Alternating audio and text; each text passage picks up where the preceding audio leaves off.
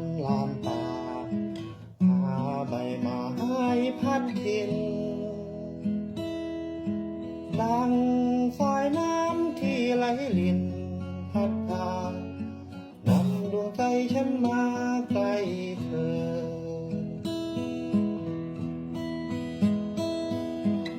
ความหวังดีที่เธอให้สังคมฉันชื่นชมเธอเสมอ